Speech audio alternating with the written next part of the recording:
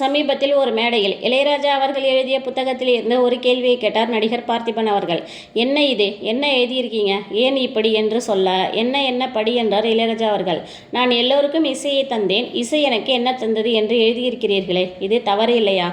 ஆமாம், என்ன தவறு? இசை எனக்கு என்ன தந்தது என்றார் மெல்லிய புன்னகையுடன். ஆமாம், என்ன தந்தது இசை எனக்கு என்றார். அதற்கு பார்த்திபன் அவர்களோ சொன்னது, இவ்வளவு ரசிகர்களை உங்களுக்கு தந்தது இந்த இசைதானே என்று சொல்ல உரத்த கரவொலியும் எழுந்தது. இளையராஜா அவர்கள் சொன்னது உண்மையும் கூட. இது இளையராஜாவிற்கு மட்டுமல்ல, நாம் யோசித்தால் சமூகத்தில் உயர்ந்திருக்கும் பல ஆண்களுடைய வாழ்க்கையை நாம் கொஞ்சம் புரட்டினால் தெரிந்து கொள்ளலாம். கணவருக்கு முன்பே மனைவி இறந்து போயிருப்பார்கள். அவர்கள் வேலையில் தான் மூழ்கி போயிருப்பார்களே தவிர குடும்பம் மனைவி என்று எதையும் கவனிக்க மாட்டார்கள். மனைவி தானே நின்று குடும்ப வேலைகள், தனக்கான வேலைகள், குழந்தைகளை பார்த்து கொள்வது என்று அனைத்து வேலைகளையும் மனைவி மட்டுமே முன்னின்று இழுத்து போட்டு செய்து கொண்டு பேசக்கூட ஆள் இல்லாத நிலையில்தான் இருப்பார்கள் சமூகத்தில் உயர்ந்திருக்கும் கணவனின் மனைவிகள். அதில் இளையராஜாவும் ஒருவர். மனைவியையும் மகளையும் இழந்தவர். பேச்சாளர், ஆசிரியர் என்று அழைக்கப்பட்ட சாலமன் பாப்பையா, எழுத்தாளர் கி. ராஜநாராயணன், வரலாற்று ஆசிரியர், பொருளாதார அறிஞருமான காரல் மார்க் போன்றவர்களும் இதில் அடங்கும். அந்த வரிசையில் இளையராஜாவிற்கும் ஒரு இடம் உண்டு. அவர் இசை பின்னால் ஓடினார்.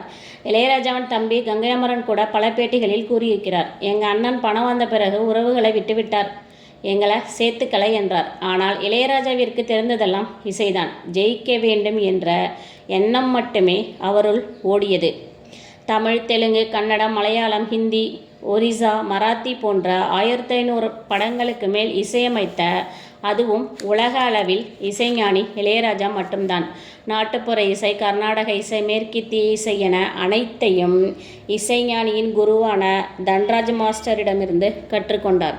மானசீக குருவாக MSV அவர்களையும், திரை இசை குருவாக GK வெங்கடேஷ் அவர்களையும் ஏற்றுக்கொண்டவர் இசைஞானி அவர்கள். GK வெங்கடேஷ் அவர்களிடம் இருந்தது திரையின் பின்னணி இசையை தெளிவுற கற்றார் இசைஞானி அவர்கள். How to name it, nothing but wind என்ற இசை ஆல்பங்களையும் வெளியிட்ட தமிழர் என்ற பெருமையை பெற்றவர் இசைஞானி அவர்கள். கீத வழிபாடு, கீதாஞ்சலி, ராமாயண மாலை, ரமண கீதம் உள்ளிட்ட பக்தி பாடல்களையும் உருவாக்கிய பெருமை இளையராஜாவையே சேரும். பாடகர், பாடலாசிரியர், கதாசிரியர், இலக்கியவாதி, வெண்பா போன்றவற்றை உருவாக்கக்கூடிய இலக்கிய புலமை பெற்றவர் இந்த இளையராஜா. புத்தகங்கள் எழுதக்கூடிய எழுத்தாளர் என்ற பெருமையையும் பெற்றவர். 1993 லண்டன் ராயல் பில்ஹார்மனிக் இசைக்குழுவில் சிம்போனி இசைக்குறிப்புகளை வாசித்த ஆசிய கண்டத்தின் முதல் இசையமைப்பாளர் என்ற பெருமையும் புகழையும் பெற்றவர் இந்த இசைஞானி அவர்கள். 94 அண்ணாமலை பல்கலைக்கழகமும் 96 மதுரை காமராஜர் பல்கலைக்கழகமும் இதே சாதனைகளுக்காக டாக்டர் பட்டம் வழங்கி கௌரவப்படுத்தியது. இப்படி பன்முக திறமை பெற்ற ஒரே இசையமைப்பாளர் என்றார், அதுவும் உலக அளவில் ஒரு தமிழர் மட்டுமே, அதுவும் இசைஞானி இளையராஜா அவர்கள் மட்டுமே. தனி ஒரு மனிதனாய் உலக அளவில் சாதனை படைத்தவர் என்ற பெருமையும் இவரையே சேரும். பத்மபூஷன் விருது, 4 முறை தேசிய விருது, சங்கீத நாடக அகாதமி விருதையும் பெற்றவர். 2013 சிறந்த இந்திய இசை இயக்குனராகவும் தேர்ந்தெடுக்கப்பட்டவர். 2006 விமர்சன ரீதியாக பாராட்டப்பட்ட திருவாசகத்திற்கு சிம்போனி இசையமைத்து பெரும் பாராட்டையும் பெற்றார். அமெரிக்க உலக cinema portal Taste of Cinema வரலாற்றில் 25 சிறந்த திரைப்பட இசையமைப்பாளர்களின் பட்டியலில் 9வது இடத்தை பிடித்த ஒரே இந்திய இசையமைப்பாளர். BBC 2003 நடத்திய ஒரு சர்வதேச கணக்கெடுப்பில் 165 நாடுகளில் இருந்து 500,000 மக்கள் பங்கெடுத்த நிகழ்வில் இவரின் இசையில் 1991 வெளியான தளபதி திரைப்படத்தில் உள்ள ராக்கம்மா கையை தட்டி என்ற பாடல் எல்லா காலத்து பாடல்களிலும் முதல் 10 பாடல்களில் 4வது இடத்திற்கு தேர்வான பாடல் இந்த பாடல். 1996 இந்தியா 24 ஹவர்ஸ் என்ற ஆவணப்படத்திற்கும், அதே ஆண்டில் பெங்களூரில் நடைபெற்ற உலக அழகு போட்டி நிகழ்ச்சிக்கும் இசையமைத்தவர்.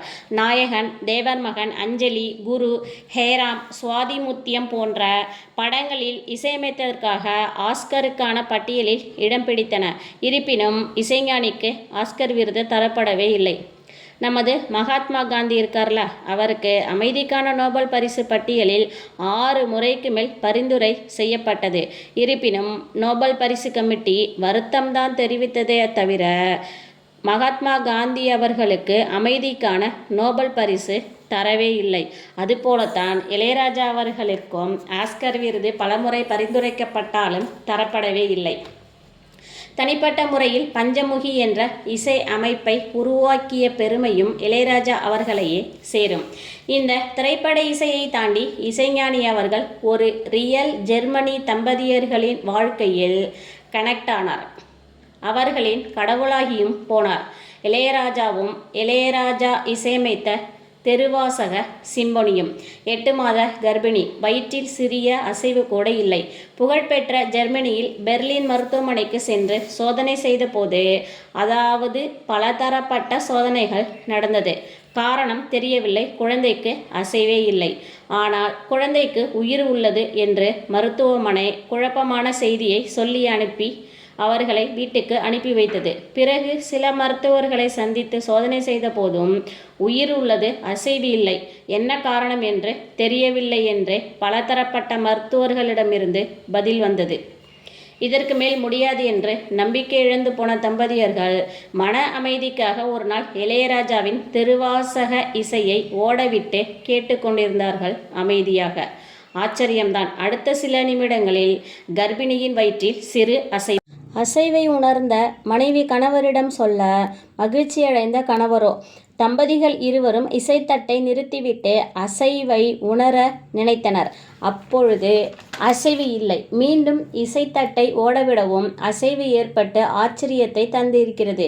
மீண்டும் மீண்டும் நிறுத்தவும் ஒளிபரப்பவும் செய்தபோது இசையை கேட்டு குழந்தையின் அசைவு அதிகமாகி கொண்டே இருக்க பூரித்துதான் போனார்களாம் ஜெர்மனிய தம்பதிகள். அப்பொழுது முதல் குழந்தை பிறக்கும் வரை, அதாவது 2 மாதம் முழுவதும் தெருவாசக சிம்போனியை வீடு முழுவதும் ஒலித்து கொண்டே இருக்கவிட்டிருந்திருக்கிறார்கள் அந்த தம்பதிகள். 10வது மாதம் குழந்தை பிறந்ததாம். அறுவை சிகிச்சை ஏதுமின்றி சுகப்பிரசவத்தில். இது ஜெர்மன் மருத்துவர்களை ஆச்சரியத்தில் ஆழ்த்தி அதிசயப்படவும் வைத்திருக்கிறது. ஜெர்மன் மருத்துவர்கள் பலரும் இந்த அற்புதத்தை ஏற்றுக்கொண்டார்களாம். மொழி புரியாவிட்டாலும் இசை அற்புதத்தை வியந்து பேசினார்களாம். இளையராஜாவின் திருவாசக சிம்பொனி இசையால் குழந்தைக்கு அசைவு ஏற்பட்டது. இந்த நிகழ்வு 2008இல் நடந்தது. தற்பொழுது அந்த பிள்ளை 25 வயதிற்கு மேல் இருக்கும் ஒரு மனிதனாக இருப்பார். அந்த தம்பதிகளே குழந்தையுடன் சென்னை வந்து நடந்ததை சொல்லி இளையராஜா அவர்களை சந்தித்து மகிழ்ச்சியடைந்ததுடன் குழந்தைக்கு ஆசி வழங்கி மகிழ்ந்தாராம் இளையராஜா அவர்கள். இது தனிமனித தமிழர் ஒருவருக்கு கிடைத்த பெருமைதானே. நீங்கள் வேண்டுமானாலும் மிகவும் வருத்தத்தில் இருக்கும் போது பாடல்களை கேளுங்களேன். கேட்டுக்கொண்டே வரும்பொழுது சில மணி நேரத்தில் தெம்பா எழுந்து அமர்ந்து விடுவோம். சில மணி நேரங்களில் நமது வேலைகளை கூட தொடர செய்து விடுவோம் என்பதுதான் உண்மை. அதுதான் இசை, இளையராஜாவின் இசை. தொடர்ந்து இணைந்திருங்கள் கண்மணி தகவல்கள் சேனலுடன். லைக் செய்யுங்கள், ஷேர் செய்யுங்கள், கமெண்ட் செய்யுங்கள்.